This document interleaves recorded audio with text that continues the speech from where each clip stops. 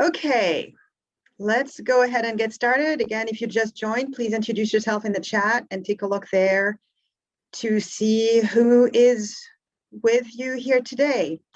And hello, welcome to this training on using career and technical education data to identify equity gaps in Oregon, with a focus for today on the root causes of those equity gaps.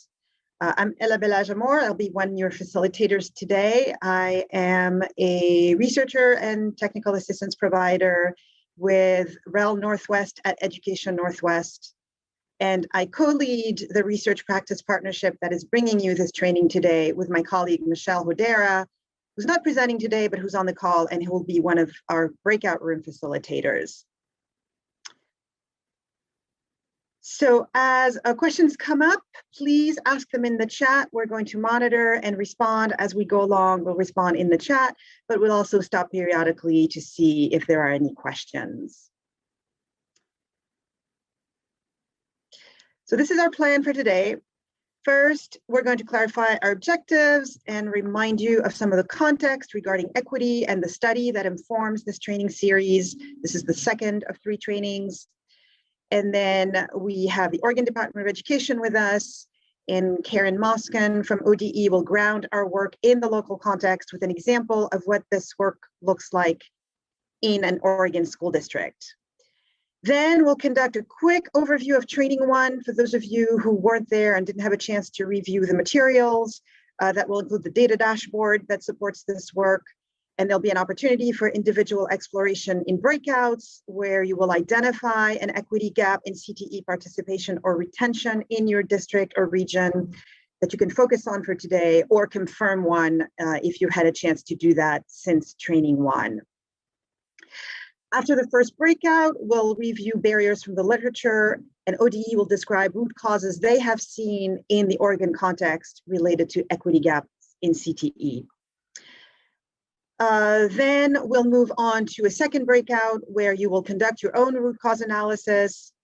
And finally, we'll review strategies to address barriers from the literature. And then ODE will describe strategies from the Oregon context.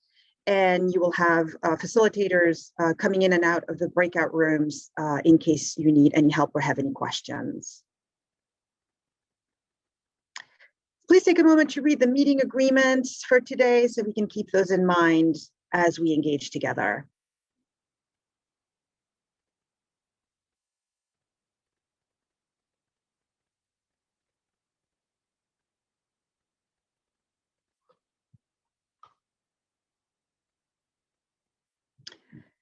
So I mentioned earlier the partnership that is bringing you this work.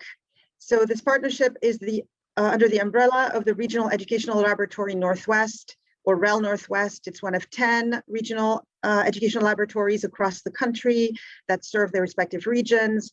The goal of the REL program is to help states and districts and educational stakeholders more generally use data to address important policy issues and improve educational practices. And we provide these services through research practice partnerships like the one we have here in Oregon called the Oregon Graduation and Postsecondary Success Alliance.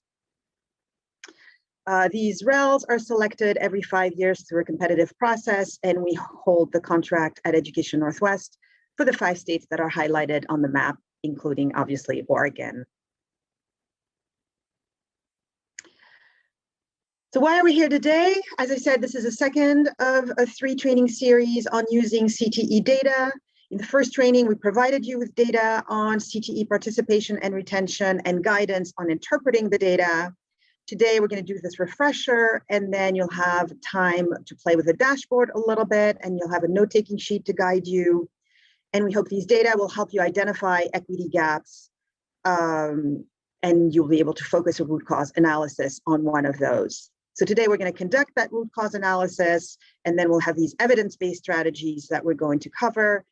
The data dashboard allows you to investigate equity gaps by gender, economic disadvantage, special education status, and English learner status. The literature is not always that specific, but should be able to help in terms of informing your root cause analysis and your selection of strategies.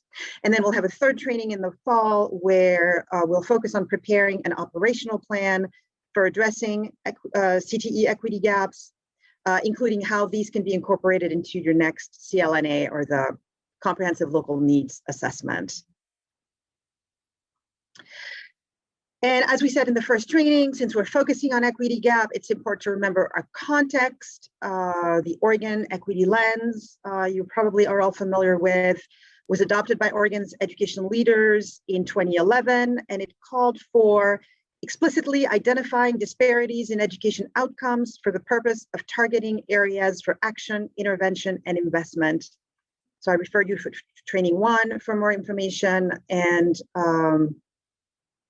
of course, if you have your own equity lens in your own agency, of course, refer to that. And then the data in the dashboard come from the study that you see here featured on the slide. REL Northwest conducted the study in collaboration with ODE and HEC, the Higher Education Coordinating Commission, to provide information about the changing secondary CTE landscape in Oregon. And Amy, Michelle, and Steve, who are on the call today, will introduce themselves a little bit later, are the authors of that study. And we'll put the links to the study and to the related infographic in the chat. And before I hand the floor to ODE for a concrete example, are there any questions? Please feel free to speak up, and my team, if you could let me know if there are questions in the chat.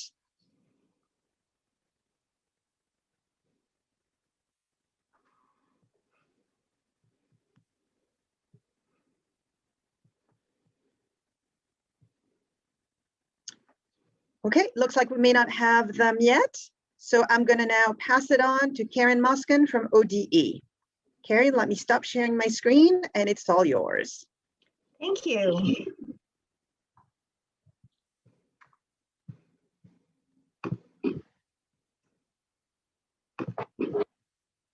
It's still telling me that my screen sharing is disabled.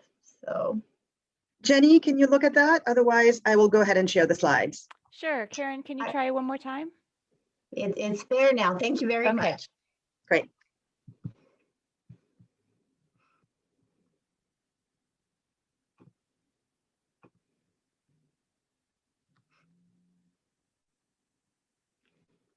So I'm hoping that you can all see my screen.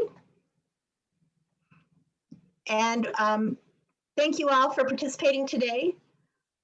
Along with the educational equity lens that we heard Ella talk about, we also have our equity stance, which is very important. Then our work is grounded in the implementation of policy practices and procedures. And also, I really would like to talk about and point out this last sentence of our equity stance, which talks about the restructuring and dismantling of systems and institutions that create those systems that are inequitable. And that's really what we're going to be examining through this process. So really important work that we're going to be learning about how to do today. The example that we'd like to share is one that you may be familiar with. It actually occurred in Roseburg, Oregon, where administrators and CTE instructors worked together to examine some data and determine root causes. And then from there, change practices that made an impact on student participation in their CTE programs of study. Their first step was to examine enrollment and participation data to see if there were any particular groups of students who were or were not participating in CTE. And as a result of the root cause analysis that they then took part in, they changed their practice to ensure that students felt welcome in welding classes and increase the enrollment of the identified underrepresented group. So we're going to be looking more and more in depth and detail at this example, as well as talking about some other examples in Oregon schools to help to ground this important work that we're hearing about today within some of the local context.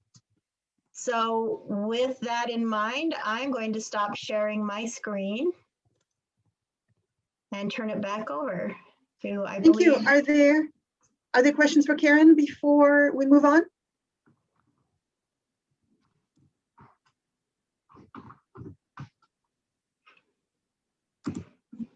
Okay, Amy. Thank you. Okay. So we'll now go through a quick review and a demo of the data dashboard that was covered and kind of distributed for the first time around in training 1. We'll also review the data inquiry framework that we use in this work, including the steps in a root cause analysis that you'll be doing with your teams later on today or in the training. Okay, so I will navigate to the dashboard in just a moment here, and then I'll just kind of walk through that outside of the slideshow. But as a reminder, there are 3 tabs at the top of the dashboard that you'll see. The annual participation tab provides snapshots of CTE program participation categories at the point in time that you select, the school year that you select. It shows the highest participation category overall and for different student groups that were attained by the end of that school year that you selected. The Cohort Participation tab is similar, but instead you'll look at participation in CTE for a graduation cohort's entire high school career.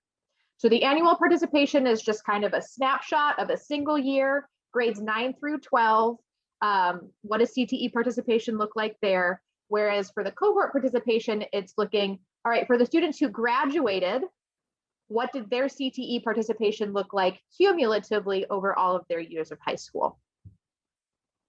And the equity exploration tab is the same group of students, so it's still a cohort analysis. So those 2 tabs have the same students included. And it provides a lot of the same information as the cohort participation tab, but it's just organized in a way that's designed to help you easily spot different equity gaps. Each of the tabs is going to allow for you to decide what data you want to explore. So I'm going to go ahead and just get to the data dashboard here. It's just been sitting for a minute, so it's just reloading. Okay. So along the top of the plots, so it's further down, about halfway through your screen probably, are all of these drop-down menus with filters. So what you'll be able to do is choose what school year you want to look at. We have 4 years of data available.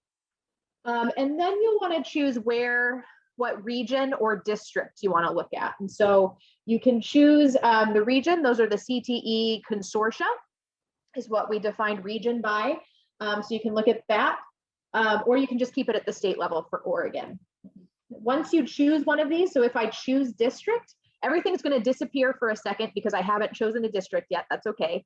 So anytime you kind of see the screen go blank, if there are parentheses around those different drop-down menus, it just means you need to make a selection. But now this drop-down is populated with all of the districts in Oregon. For the demo, I'm just going to keep it at the state level. And then what you can do is you can also choose what student groups you want to look at. So you can look at student group by ELL status, which is English Language Learner status, free and reduced price lunch status, or FRPL. That's our kind of proxy that we use for economic disadvantage. You can compare by gender. In these data, because it is historical and data collection processes have changed over the past few years, it is just the binary definition of gender right now. We only have male and female students in this data set, students coded as male and female in this data set. On this tab, you can also look by grade level, which is important to get some context, because if you're looking at 9th grade participation in CTE, they've only had a year so far to participate in CTE, so they are likely not going to be concentrators quite yet. So you can break it down by grade level on this tab. You can't break it down by grade level on the other 2 tabs just because it's a cohort analysis. IEP status, so those are special education students. So any student who receives special education services in high school. And then also by race ethnicity. Those are just the federal categories for race ethnicity that we use here. If you ever forget what the different student groups are, all of the fine print and definitions are at the bottom, so you can always scroll down to the bottom for a reminder of who's included in what groups and what the different kind of CTE participation categories are. On this tab also, you can look by learning area. So if you only want to look at, for instance, health science programs, you can narrow it down to just health science programs. If any of the slices get too small, you can always hover over them to get the number, to get some more information, as well as the ends behind everything. So kind of the denominator for all of these different rates is provided when you hover over it as well. So I'll go back to all areas combined, so it's a little bigger to see here. So what this first tab, again, we're on the annual participation tab. This is showing you for the school year selected, which was 18-19. So in 2018-19, what did CTE participation look like in Oregon, across the state, across all learning areas, all programs? So what we see is that we have 3 different chunks here, kind of this stacked bar graph. If you add all 3 of these together, that will be your total participation rate. So that is around 63%. You add those 3 numbers together.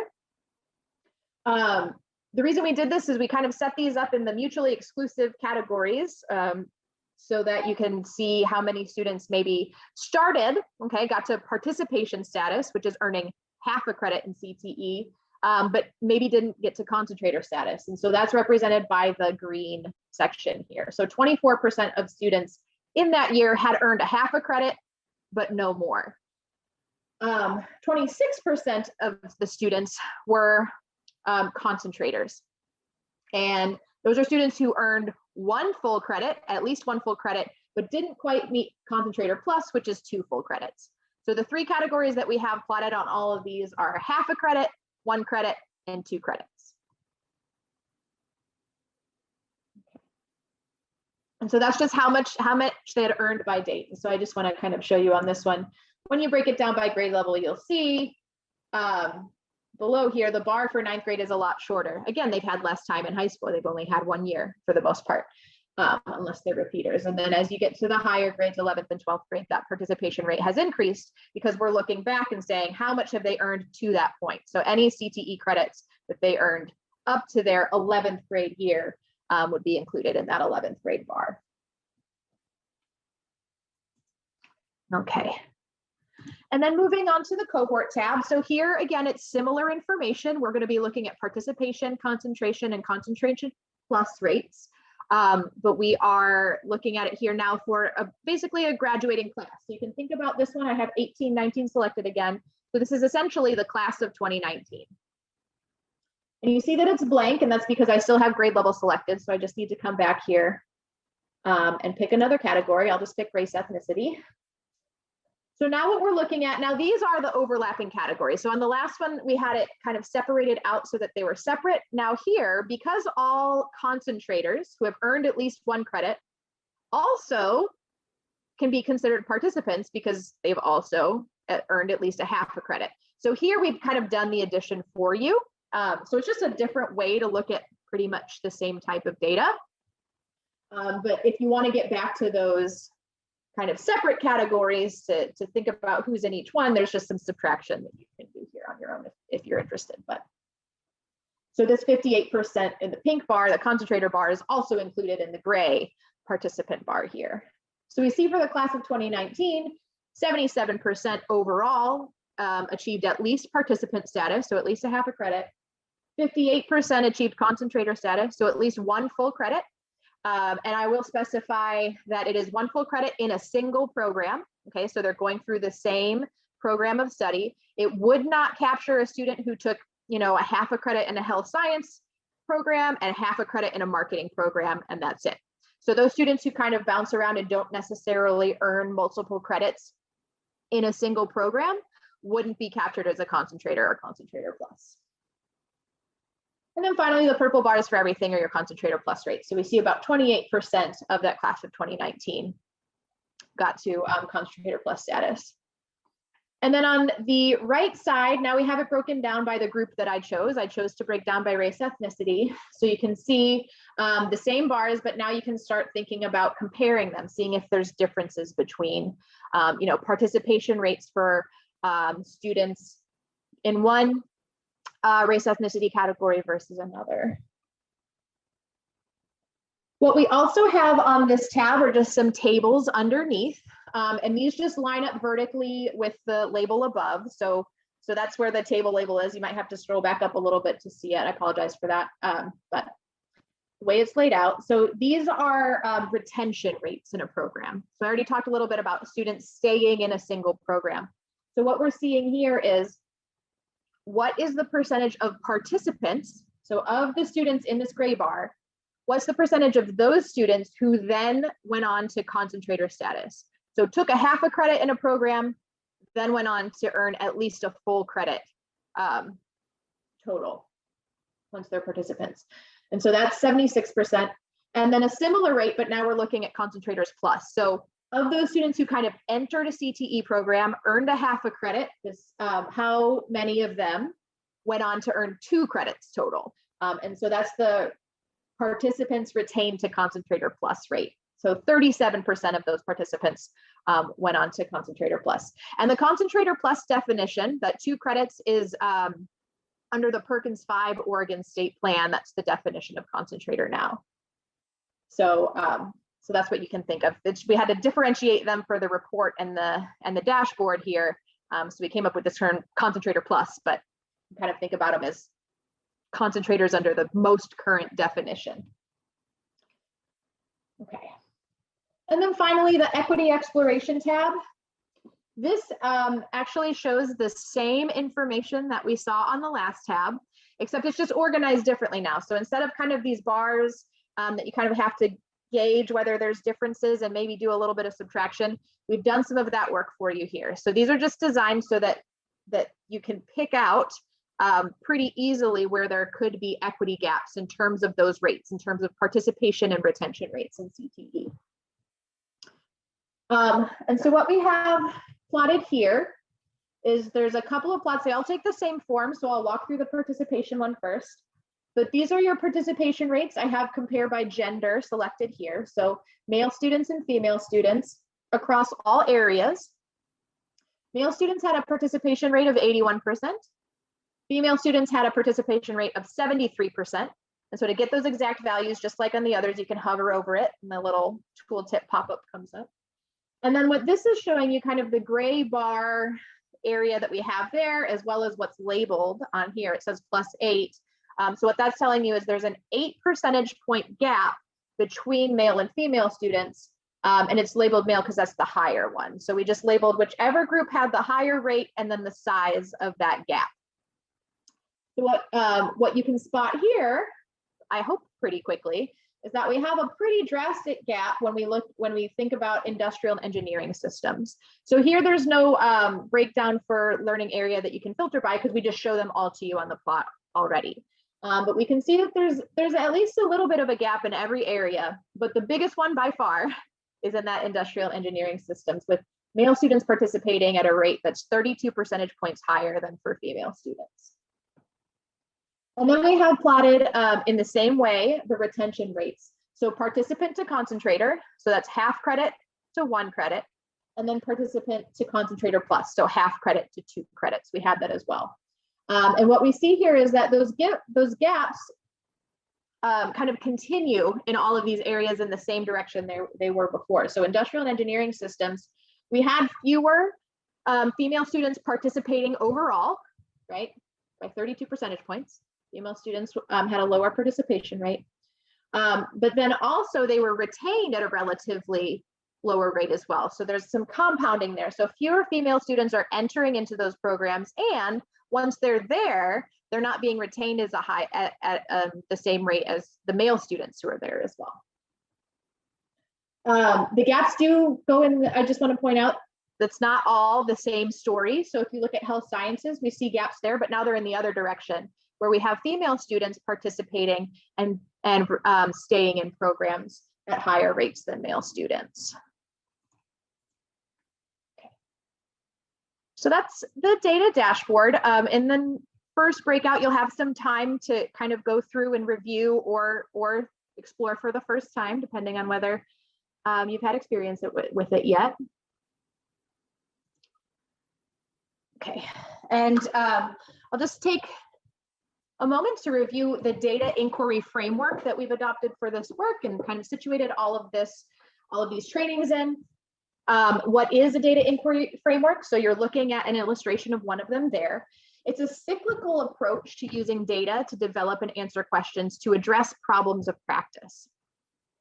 It's a process to support data-informed conversation and action in education. In the last training, we focused on the first few steps that are highlighted in blue and green for you. The seek information step, which is where we formulated questions.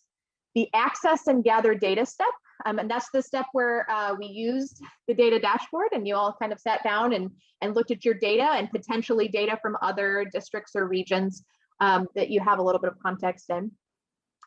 The analyze and interpret data, also part of the dashboard there. So there's some interpretation guidance on there. Also, as facilitators, we're open to answering your questions and things like that through the training.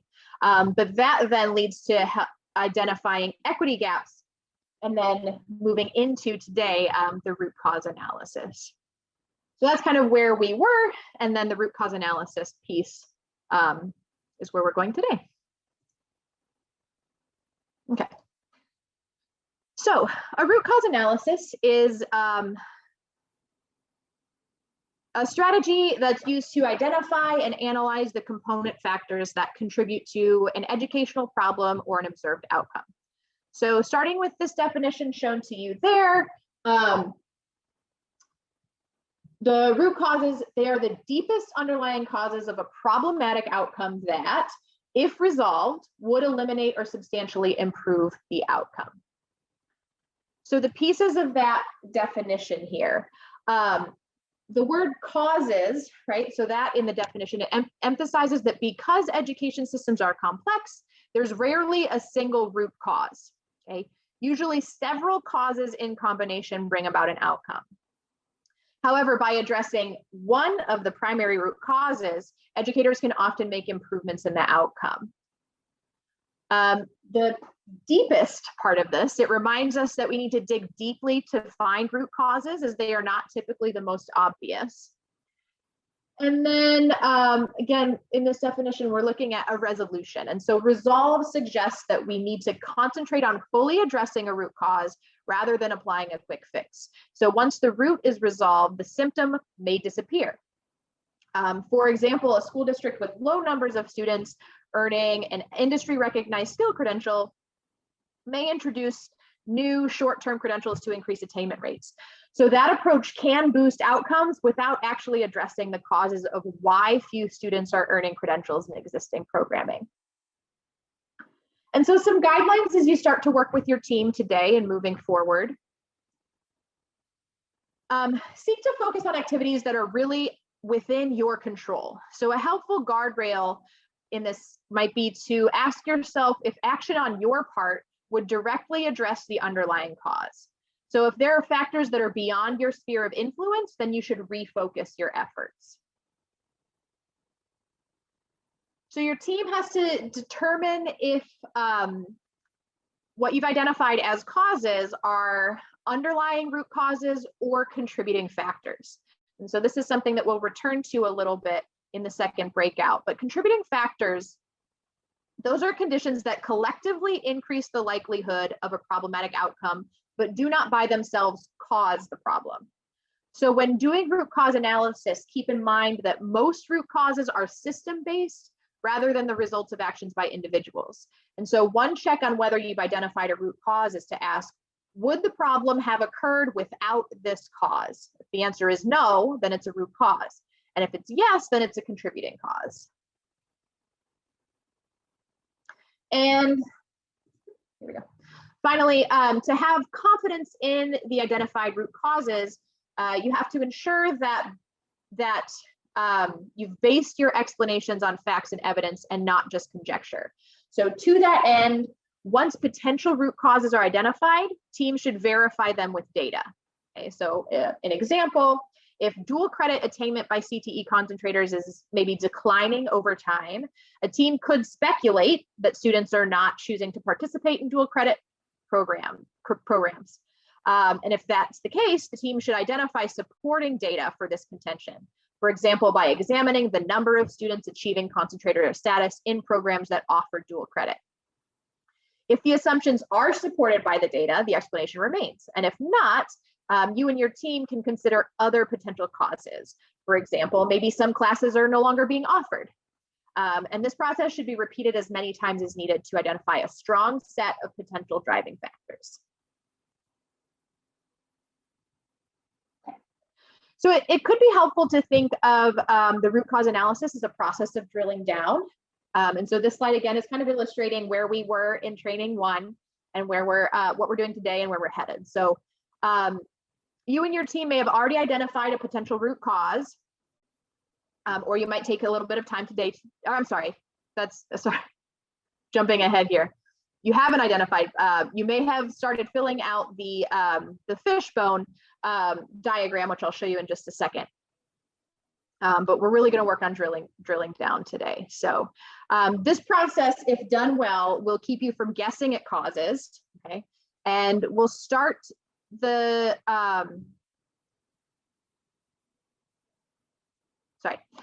first step entails identifying and prioritizing gaps. So that was the focus in the last training. So you may have already, or you may in just a few minutes, identify any number of gaps that occur in participation or retention rates. And so you'll need to be specific in selecting the one that seems to be the most pressing. For example, we saw a little bit today, and we went a little bit deeper last time, that female students are less likely to engage in and persist in CTE programming generally. And there were specific CTE programs that seem to be driving that. Program areas. And so prioritizing the gap that you wish to address is an important first step. And so once your team has identified a gap, it's time to then conduct that root cause analysis. And so you'll be identifying a range of causes, verifying the causes using multiple data sources.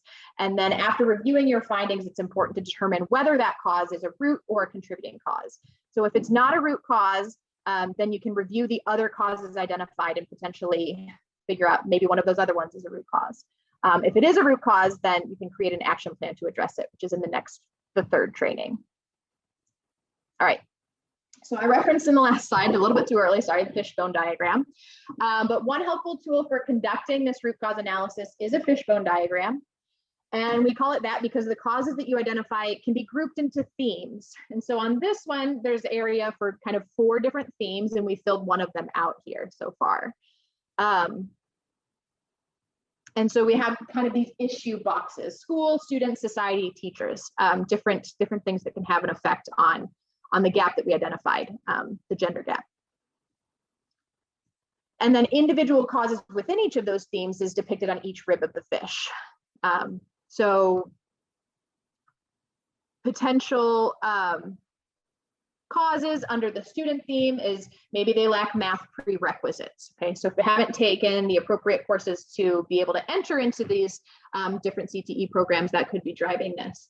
Maybe they don't have friends that participate, or they might hold a belief that they can't succeed in an engineering program, something like that. So conducting the root cause begins with identifying the priority gap. In this instance, so the problem statement at the head of the fish there is the fact that female students are less likely than male students to achieve CTE concentrator status in STEM programming. And the fishbone analysis requires brainstorming causes that may help to address your problem statement. So that's what happened on the bones there. And you might identify a multitude of causes. There's just 3 here, and we know we can probably fill this out with a lot more in the other themes or under students as well. And so once you've completed your brainstorming process, you can prioritize those causes and begin investigating. So you'll use this information to help select an intervention strategy that you will use to identify, to address the identified challenge. And when you're complete, you will have identified a range of possible causes, and then the next step would be to identify which of them may be root causes versus contributing causes. And so that's what we'll definitely focus on in the second breakout today, is that distinction between those.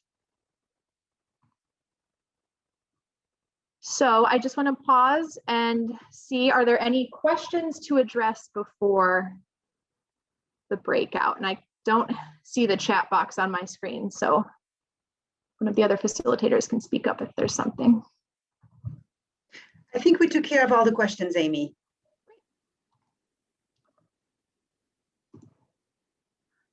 Okay, so now you'll all have a moment to review data for your own district or region on the dashboard.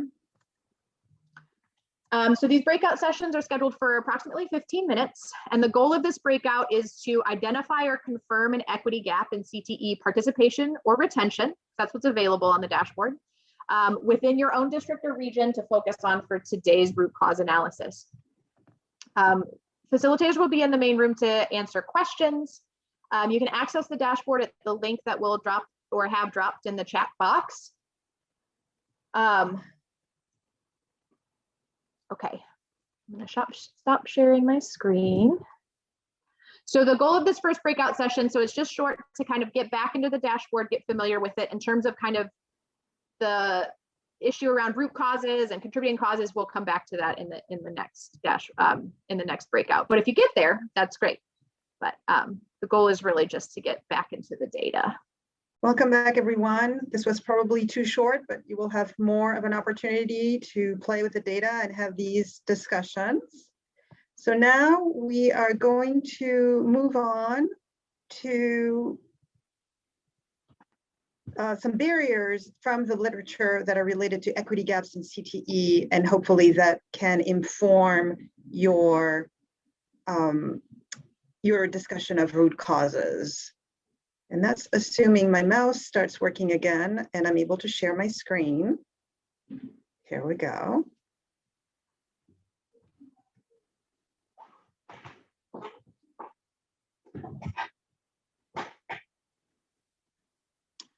Okay. Okay, so we divide the barriers from the literature into three categories: systemic racism and bias, access, and outcomes. Depending on time, I may not cover all of them, but you will have all of them to refer to when the materials are posted online. So access relates to equity gaps in CTE participation, and outcomes relates to equity gaps in CTE retention among participants. So first we start with this context of systemic racism and bias. So the literature identified those as barriers to equity in CTE, and specifically there's a historical context of racism in schools and in other fields like housing that have led to segregation and concentrated poverty, and the disproportionate representation of students of color into what was formerly known as low quality vocational education. A context of bias has led to the overrepresentation of other groups as well, such as ones that are based on socioeconomic status, on gender, or on disability. And I have a quote here from the research. Psychological research has shown that low academic self-confidence stemming from marginalization and related stereotype threats is negatively associated with academic outcomes.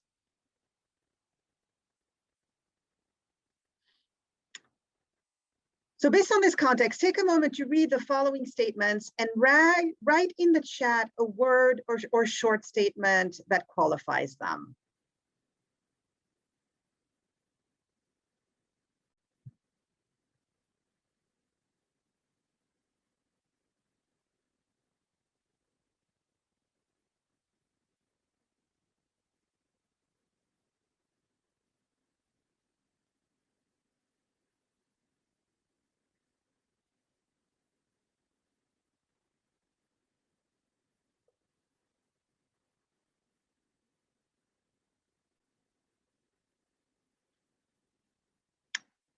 So what do you think?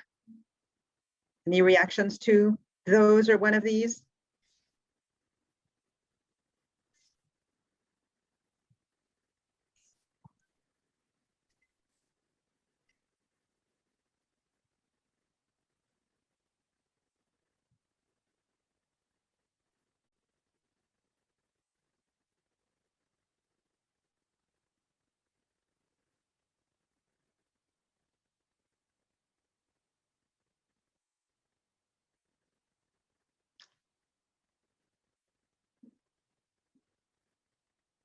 So these are the first of a series of barriers to equitable access to CTE, and this is what we put under the category of stigma. So I use quotation marks here because I reuse language from researchers, but the statements are taken out of context to make a point about biases that affect some students. So the first one, for example, is a statement that authors say students and parents often still believe. There is evidence that girls, low-income students, students with disabilities, and students of colors are underrepresented in CTE programs that lead to high-wage, high-demand careers. And that's often fields where they're historically underrepresented due in large part to discriminations and barrier to access. And the full statement about IT at the bottom there is that there are systemic, institutional, and internalized barriers or biases that create obstacles to access and enrollment.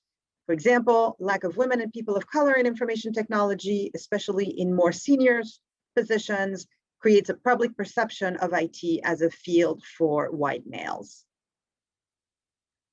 So that is stigma. Next, there is uneven program accessibility. CTE programs aren't offered everywhere, and where they aren't necessarily high quality programs. So for example, there are fewer programs in some rural areas as well as poorer areas where the funding isn't available to pay, for example, for programs that use expensive equipment. And as the quote illustrates, some of the programs, high quality programs, are more likely to prevail in areas with wealth, where those equipments can be afforded, and when we can pay these experienced teachers higher salaries. And the other thing is, if there aren't programs everywhere, then students may not be able to get to programs because they don't have access to transportation, compounding the issue.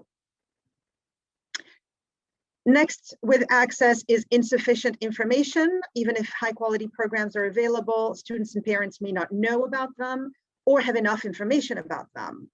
And schools and programs may not have the staff or the funding to do outreach and create materials for diverse audience. They may not know how to reach students and families. They may not know what information is or is not available or accessed.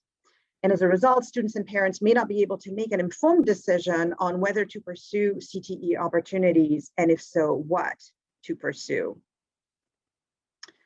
Now, part of the reason information is not widely available is the lack of recruitment networks and recruitment materials for those networks to use. School and programs may not know whom to tap as recruiters, or they may not be using a range of outreach strategies and a variety of materials, like simply materials in multiple languages. When students are recruited, schools and programs may not take into consideration diversifying the student body. They may use other criteria to place students, such as students' preferences, nothing wrong with that, but also simply the need to fill available spots. Specific avenue for information that may be lacking is advising. When there's not enough advising, students may not know which CTE programs to pick. They may not have access to adults to help them. Counselors may be around, but they may have too many students, more than they can serve well.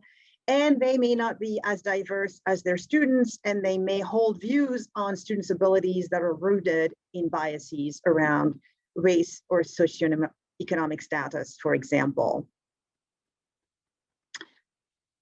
Now, with the right information, students may decide they're interested in pursuing a CTE program. The next step is getting in. CTE programs may use a range of criteria and processes to determine who's accepted, grades, test scores, attendance, interviews, etc., as listed on the slide. Entrance requirements may include requirements for multiple documents, multiple deadlines. Now, the programs may do that because they need a process to assign spots when there are more applicants than spots. And then sometimes there may be a requirement by a funder or employers who want to make sure that students are prepared to succeed in a program and in the field.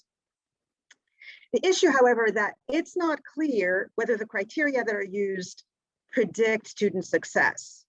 So they may act as an unnecessary barrier to students and discourage them from applying and then stopping them from enrolling. And this may, again, disproportionately affect students who are already disadvantaged for other reasons, have no peers of adults to help, and that reinforces existing inequities. So in the interest of time, I'm just going to go through the list of barriers to outcomes. One is a lack of insufficient supports and resources. Next is lack of adaptation to student needs. These are logistical issues that may prevent students from participating. Lack of funding is one. Underprepared employers who may not know how to design a quality experience for students and may have unrealistic expectations from students.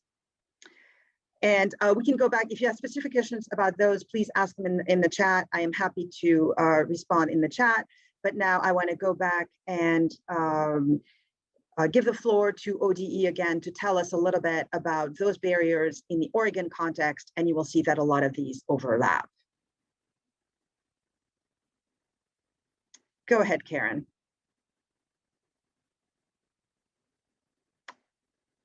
Oh, I am not seeing Karen. Oh, yes, you are. Great.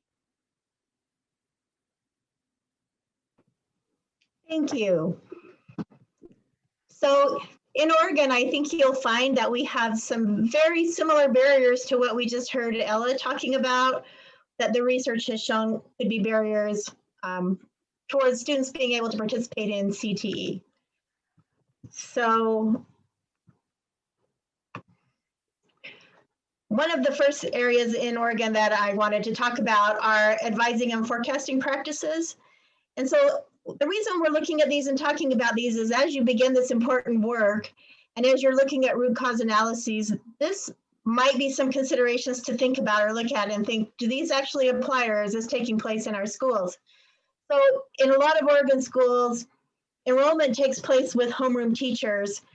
And quite often those teachers that students are asking about classes and what's available are not aware of what are the CTE options or what are the opportunities that CTE involves. Or oftentimes those processes happen online, and there are many students who do not have that online access. And so they may not be able to then be able to have their parents involved in that process, because then the school will say you need to do it in the library or something else. And so then again, that they don't have that same equitable ability. The other place or another barrier is when parents and students speak languages other than English, and all of the materials are only available in English. Another barrier for us to think about in Oregon that we've seen quite often are questions that are asked on applications.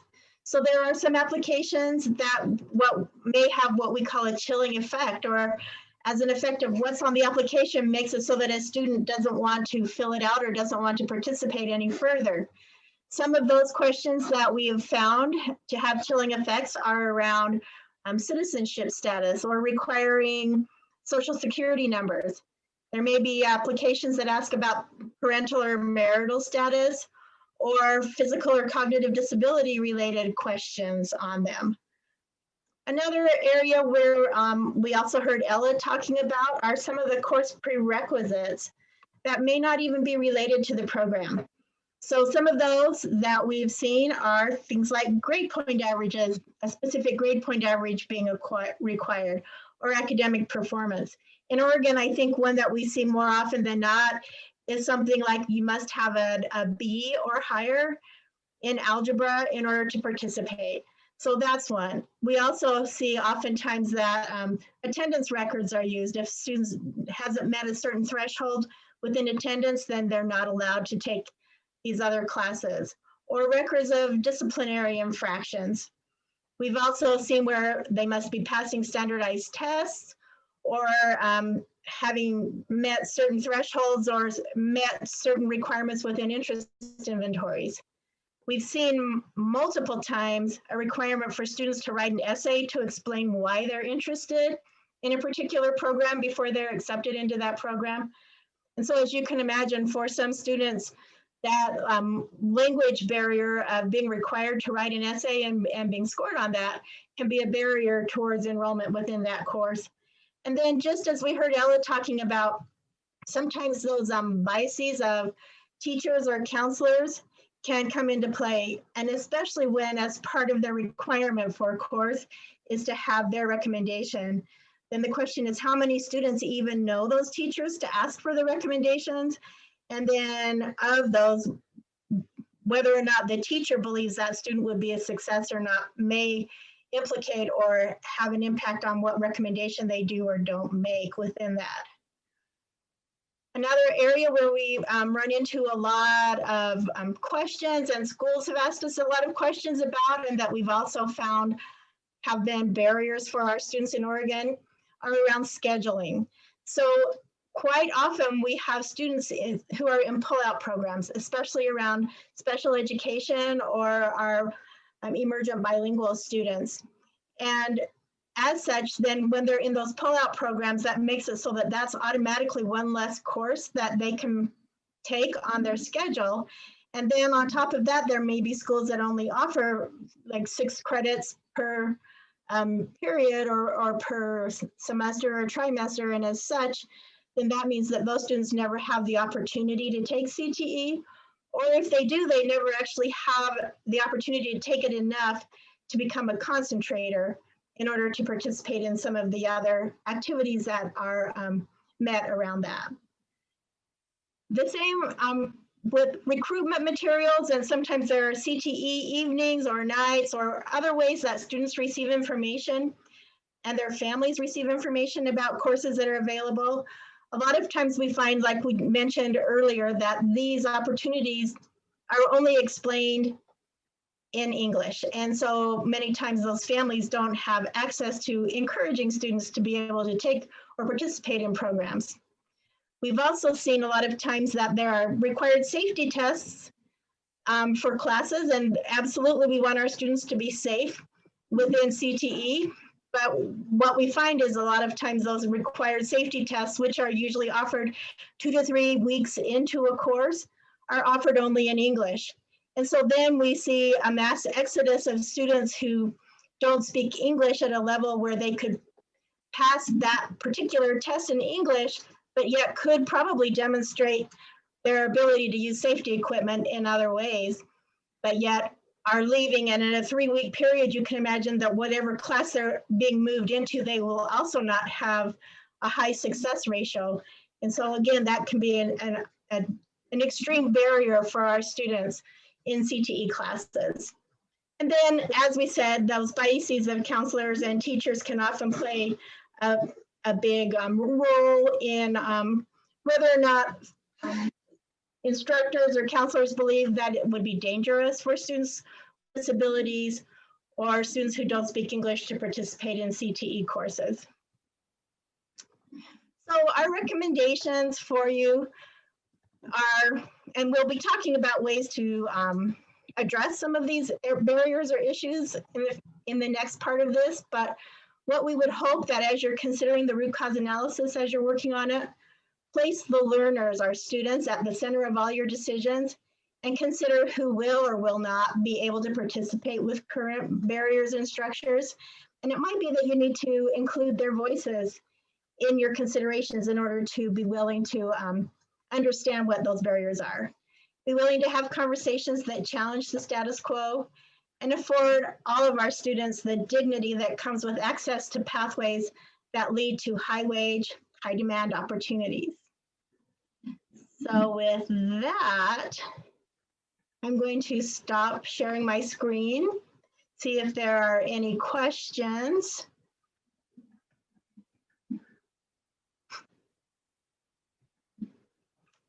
Turn it back over to Ella. Okay, thank you. I think we're now going to take a 5-minute break, and then we will continue with our second set of breakout sessions. So please be back promptly at 1:15 p.m. Thanks, everyone. So welcome back. I'm hoping everyone is made it back from break.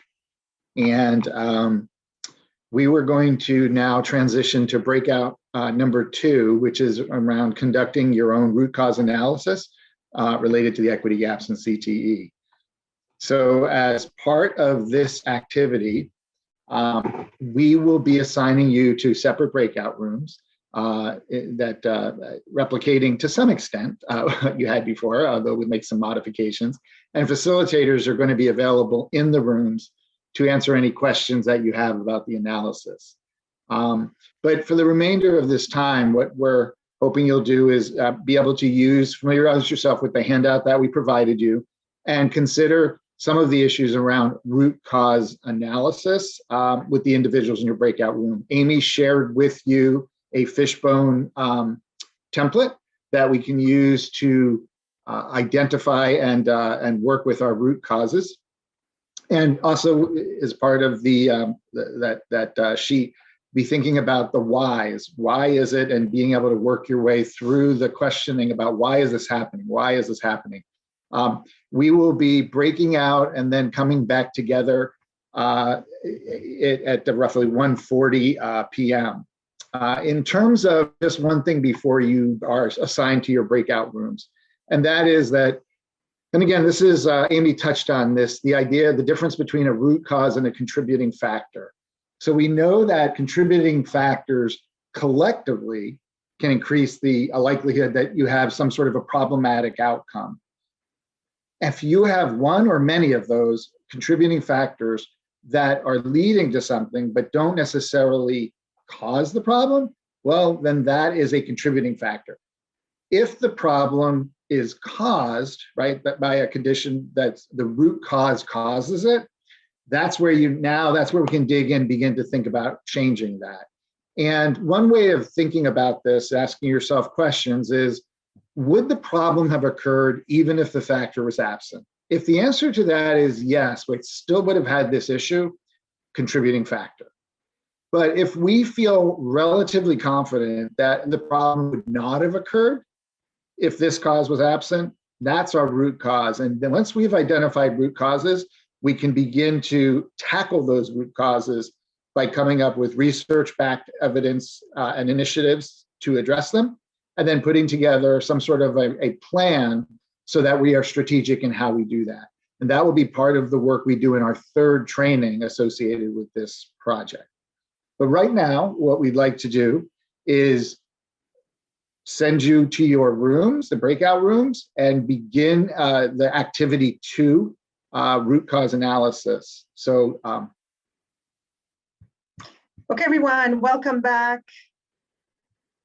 Thank you. It was both engaging and frustrating conversations in the breakout rooms, because I think we sometimes are reluctant to have these conversations. Oh, why do I have to go through 5 whys? But when we really start doing that, we see that it's really helping us get into these really interesting and productive conversations and helps teams get on the same page.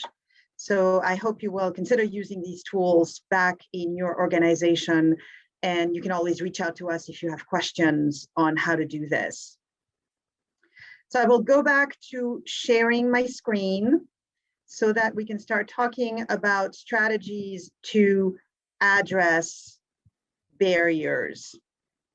And I'll start with strategies from the literature.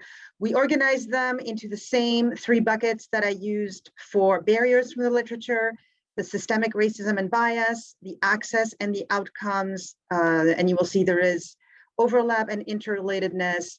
And you will see also when you see the deck, we have organized it so for each barrier that we raised in the previous section, you will see some strategies here. So one approach to begin to address the consequences of racism and biases is to use data, and to do that to truly understand the landscape, which is exactly what we're doing in this training series.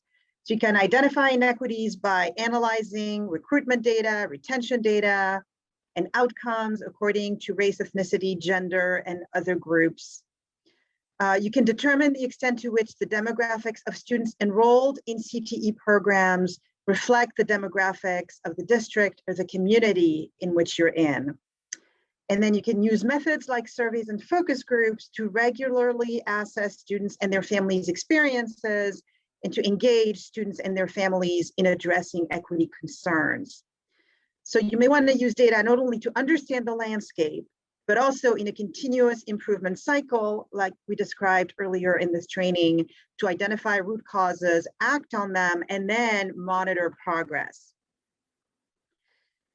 All right, next we move on to findings from the literature around access, and the first barrier to access that we talked about earlier was stigma.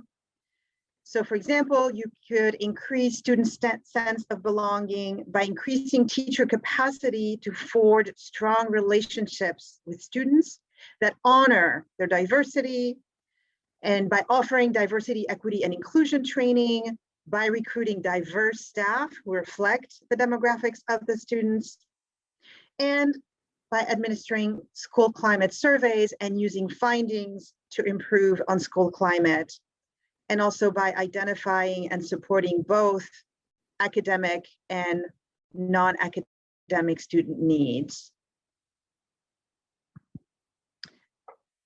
We talked about uneven program availability. A key factor here is to make sure that the available programs are of high quality. And there's two quotes here that illustrate that. The first one is about ensuring that each learner experiences rigorous academics, that academic and technical instructions are integrated and reinforced in a program of study, and that the career exploration starts early so there can be a smooth handoff once learners officially enter a program of study. And we talked in one of the breakouts that I was in about how sometimes the laser focus that we've been having on increasing graduation rates may have sort of shoved CTE to the side, and maybe forgetting how CTE can contribute to that by the skills they help students develop, and also by the fact that they can contribute to student engagement. And then another piece is to ensuring that programs are aligned to priority industry sectors, that they teach the latest practices and techniques, that the educators are experienced and well-trained, and that there's opportunities to apply learning in a real-world setting. And the Cantrov study that is listed here has a list of characteristics that are specific to career academies and that are in line of the examples here. And so if you wanted more detail, that would be a good resource to go to. And the resources are listed at the end of the slide deck with a link.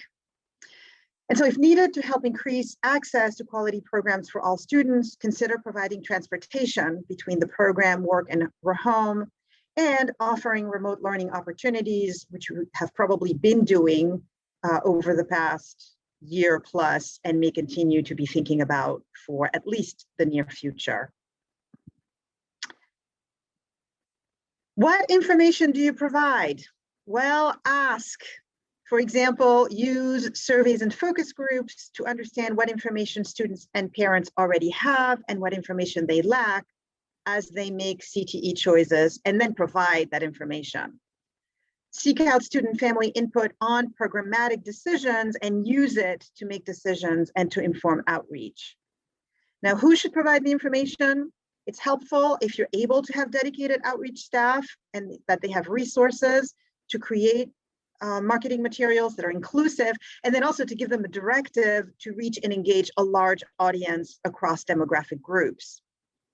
You could train outreach staff to understand the culture and experiences of diverse families.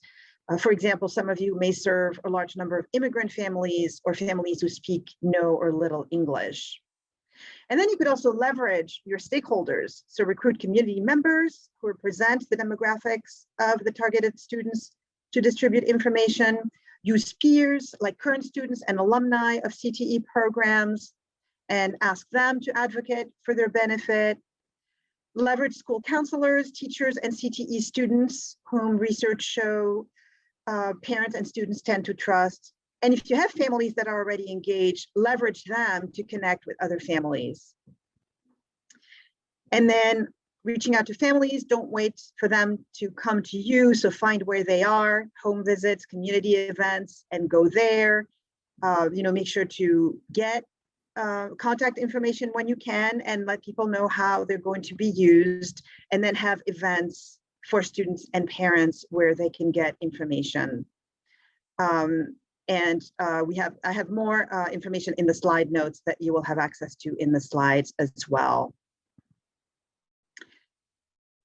Then we talked about the barrier of recruitment and placement. So the literature suggests creative recruitment strategies. For example, organize events where current CTE students and alumni meet with community members with similar demographic characteristics, and they describe programs and opportunities.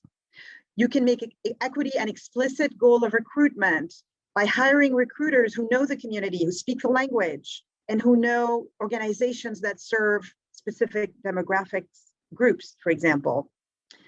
And then you could adapt materials, to different languages, different cultures, and this is similar to the information piece we just talked about. And these strategies can reinforce placement strategies that can help make the demographics of program students reflect the demographics of the district and the community without, again, ignoring student preferences. Advising issues, let's make sure counselors have a manageable number of students and that, we work on the biases of the counselors, if any. Then student career options, exposing them as early as middle school, maybe even elementary school, to the options that they can look forward to, and encourage them to consider careers that are not traditional for them, especially if they lead to high demand, high wage jobs. And then there's a mapping exercise that you can do. So lay out clearly for each level of training and experience in CTE, what careers can you expect? What salaries can you expect? What post-secondary options that opens up to you and how you get there. And here too, there are specific examples in the literature that I point to in the slide notes. We talked about entrance requirements. So to avoid imposing additional entrance requirements that may discourage individuals from applying or that may prevent them from applying successfully. And you can do that by making the application process less burdensome. So for example, explore lottery rather than entrance requirements if you have more spots. If you have more applicants than available spots. You can set aside seats for certain students. So if you have, for example, groups of students that are identified as having a certain number of risk factors of dropping out, maybe you can reserve seats for them. What do you think of this so far? Let's hear from you a little bit. This is a lot. Have you used any of these strategies? Anything successful to address one of these barriers that you may have looked at?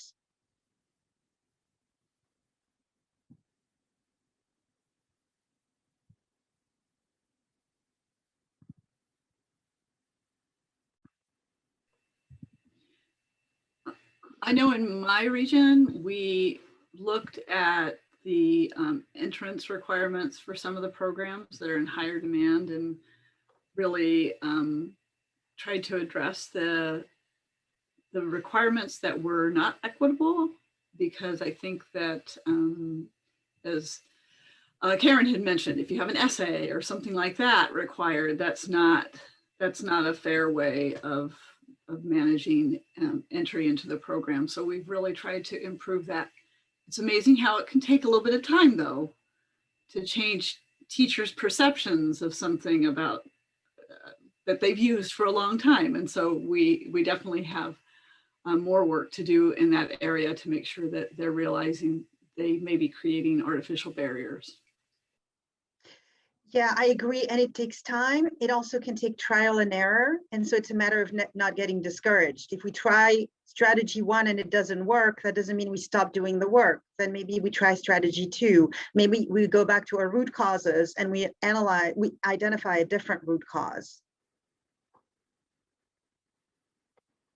Anyone else has an example to share? Or a reaction to what you've heard so far?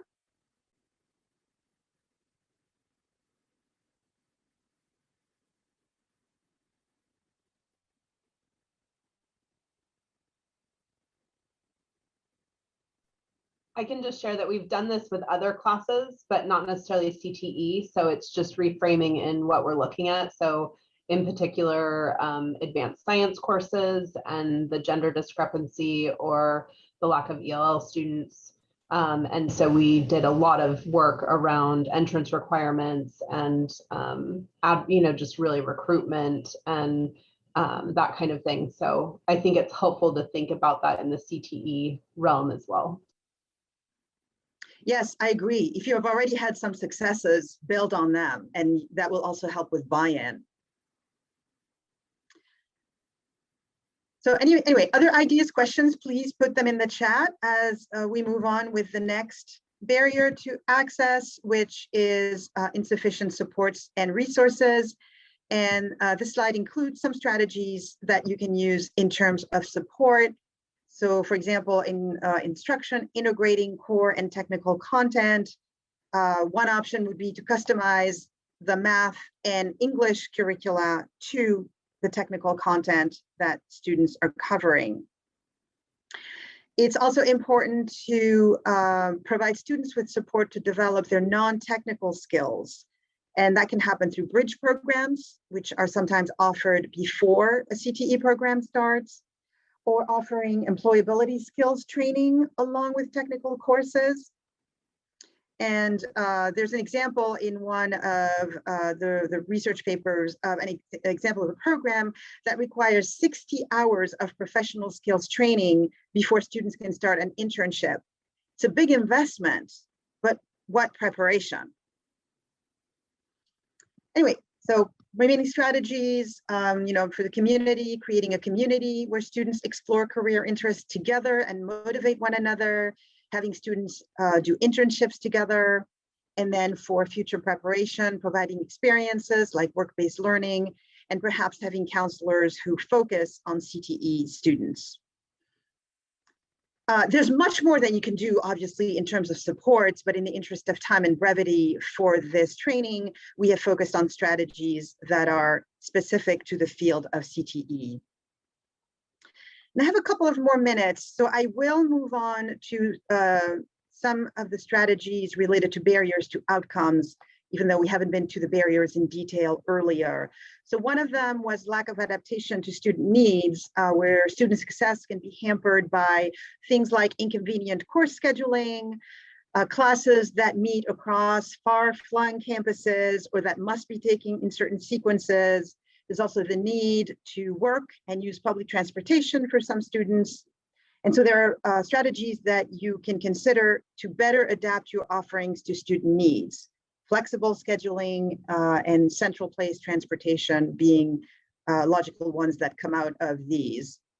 And then shorter programs can be more responsive to the local labor demand while also reducing the burden on students of being in school for a prolonged period.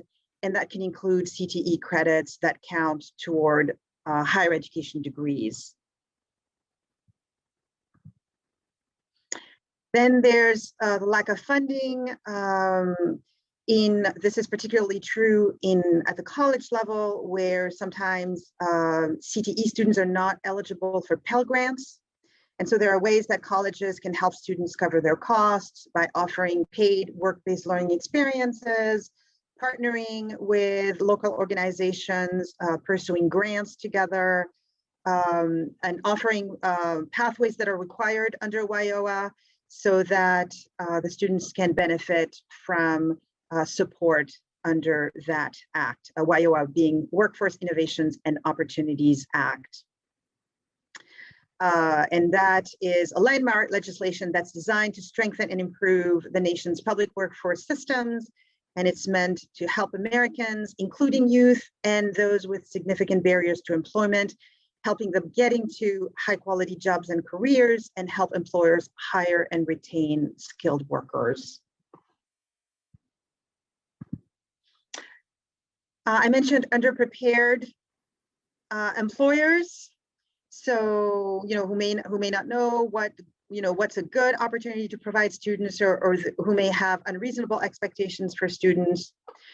So options here are to present work-based learning as building a talent pipeline for employers as opposed to just fulfilling an altruistic mission. And then also helping employers become better employers of your students. How to work with youth, how you hold an orientation, and then refraining from using deficit language, among other biases that employers may bring to the table. So, some terms that you could talk to employers about not using could be at risk, low skilled, or disadvantaged. Burning questions about barriers to outcomes and strategies before we move back onto the Oregon context?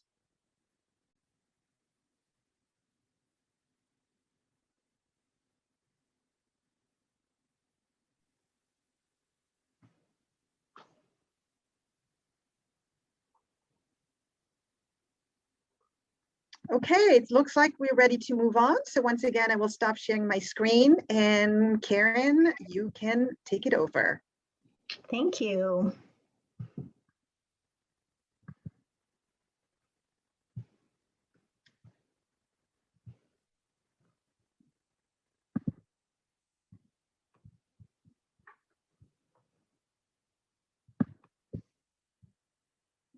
So I hope that you're all seeing my screen now. I'm not able to see what is being shared, but yes, we are seeing it.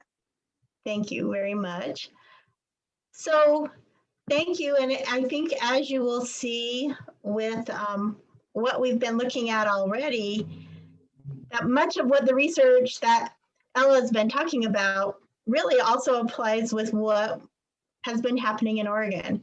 And I can tell you that it has been my pleasure as a civil rights specialist working on the secondary, post-secondary transitions team to be able to go to schools and to be able to see what it is that our schools are doing and working with students, and how innovative, especially CTE instructors, can be to making sure that they're meeting the needs of their students. So it's really been pretty wonderful to be able to see what our schools are actually doing when it comes to addressing some of this root cause analysis pieces that we've been talking about.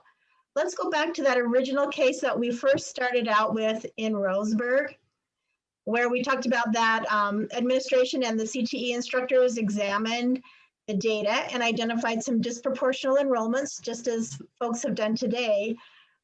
But where they found it was based on gender, so within female students in their welding programs. When they were looking at that, then they dug a little bit deeper into some of the data and found out who was in the class, who wasn't in the class, who had dropped it, who did not even enroll in it, or who only took a half a credit and didn't sign up for any other credits. And then as a result of that, they created focus groups to get the voice of the students in there to help them to understand what it was that was preventing students from continuing on in these classes.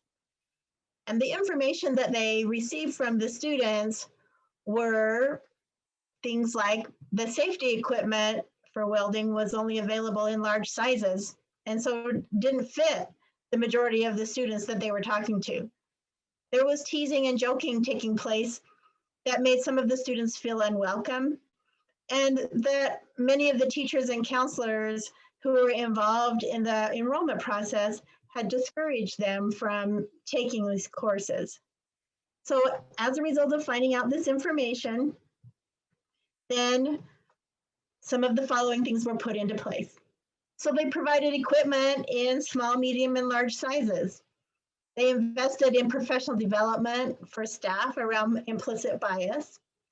They changed recruitment material to feature underrepresented groups, and then communicated with all of their staff members about, and their counselors as well, about what are the wonderful opportunities that are offered in CTE, and help them to understand that as they're doing the forecasting process, the important role that they have in providing this information to their students.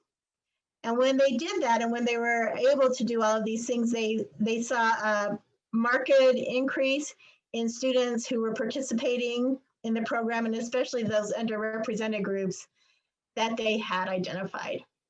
So some of the other things that we've seen Oregon schools put into place that I wanted to highlight, and I really did appreciate when Raina was talking about how schools really do already have a lot of systems in place right now, but that maybe they haven't considered them for their CTE teachers. And one of those places is providing staff with culturally responsive teaching and leadership skills, because that can make a huge difference, and oftentimes is provided to some of the staff, but not all of the staff. So we would recommend thinking about those processes and procedures that are in place and encourage schools to extend those to the CTE teachers and instructors as well. As has been mentioned multiple times, incorporating student, family, and community voice into when you're doing your root cause analysis, so that as you're developing policies and procedures, that their voice is in there. We've had some schools who have used their CTSOs, and as you'll see, most all of these on this slide are talking about establishing relationships, which are vital. And so a lot of the schools with their CTSOs have had students who are members of the CTSO especially reach out to other students who maybe are underrepresented or not participating as much, and inviting them and creating those relationships that they can leverage. And then also student surveys, helping schools to be more informed about what they could or couldn't do. Another something that's already in place for multiple other courses, but maybe not so much for CTE, are involving our caregivers and instructors in outreach. So, for example, include the CTE instructors when meeting with IEP teams.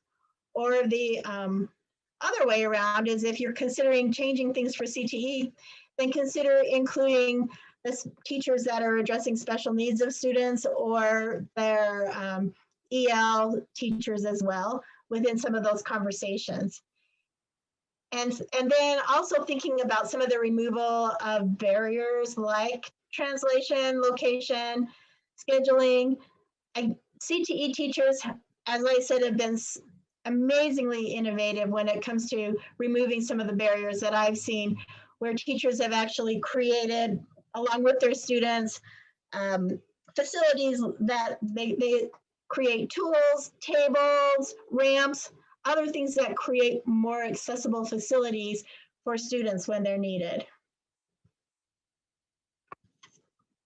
So finally, just the considerations that we would ask that are made. Obviously, these aren't all of the wonderful things that are happening, but some thoughts, and also to know that you can always reach out to us at ODE, and we'd be happy to help with brainstorming any of the root causes that you identify. But to remember that our focus, if we think back to our equity stance, that our focus is to find and interrupt those practices that are creating those barriers and inequities that we've been talking about and identifying today. And then consider what systems you have in place. So I really appreciated how Beth talked about sometimes challenging the status quo or what's been done forever and ever can be really difficult for us to get past and to look at in a different way. So being able to stand back and think about how that status quo or those systems and policies that are in place are really impacting and making a difference is really important within all of this. And so the question that I think if we always ask is, what is the student-centered story that's being told here? What is the story that this data and this information is giving us about the experiences of the students in our schools? And if we can keep our questions and our thoughts based within that student-centered, I think we'll be on the right path. So before ending, we just want to thank you all. Thank you for the important work that you're doing. Thanks for changing lives, changing our schools, and also changing our future. So I'm going to stop sharing my screen, see if there are any questions, and then return it back to Ella. Okay. Any questions? Comments? Feel free to add other amazing things that you're doing or that you've seen as well in the chat, or to unmute yourself and share.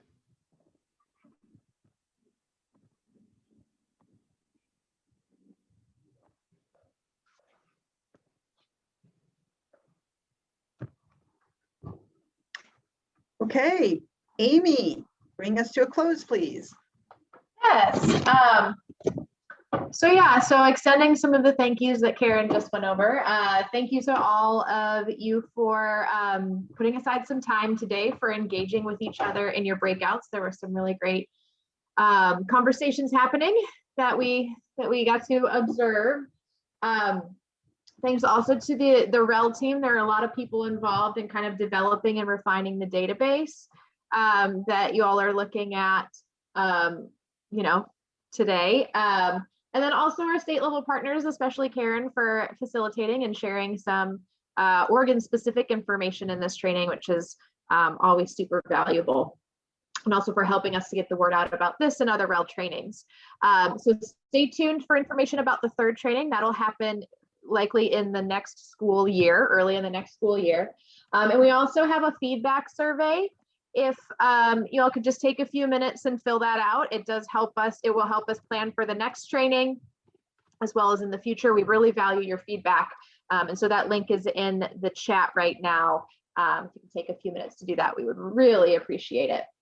To prepare for that next training on the operational plan between now and the fall, select one of your root causes to address if you got that far. If you didn't, you have more work to do with your team. That's totally understandable, but eventually by the fall, you want to identify at least one root cause to address and an evidence-based strategy to implement and monitor. And then we'll work on creating an operational plan around that in the fall. So thanks everyone, and I hope everybody has a great Wednesday. Please stay a few minutes and fill out the survey. It is very, very short, and it's really important for us to have high response rates to continue getting funding. Thank you, thank you, thank you.